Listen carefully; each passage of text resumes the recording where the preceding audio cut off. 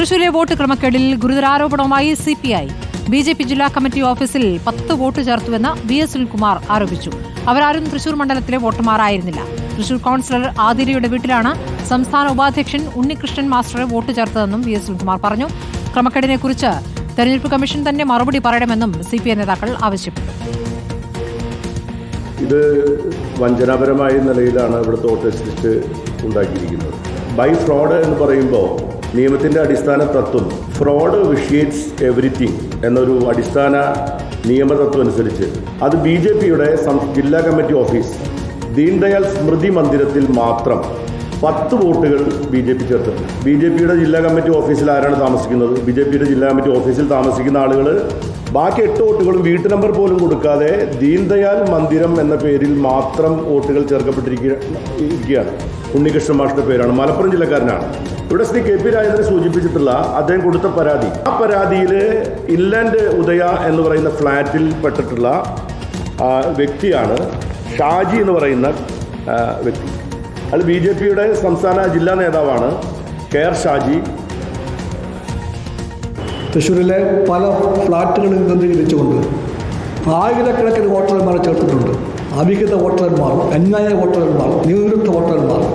കൃത്യമായിട്ട് തന്നെ അതേപ്പറ്റിയുള്ള വിധികളുണ്ടായിട്ടുണ്ട്. അതിൽ ഒരു വാക്കുണ്ട്, ഓർഡിനറിലി റെസിഡൻസ് എന്നൊരു വാക്കാണ്.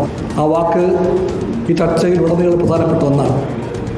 ഓർഡിനറിലി റെസിഡൻസ് 65 ലക്ഷം വോട്ടർമാരെ ഒറ്റയടിക്ക് വെട്ടിമാറ്റിയ RSS അതിനർത്ഥം സ്ഥിരമായി താമസിക്കുന്നവർ എന്നാണ്. ജേസൺ ചാമളപ്പുഴയുടെ വിവരങ്ങളുമായി. ജേസൺ, പുതിയ തെളിവുകളുമായിട്ടാണ് CPI നേതാക്കൾ വന്നിരിക്കുന്നത്. തെരഞ്ഞെടുപ്പ് കമ്മീഷനെതിരെയാണ് ശക്തമായ വിമർശനവുമുള്ളത്. എന്താണ് വിശദാംശങ്ങൾ?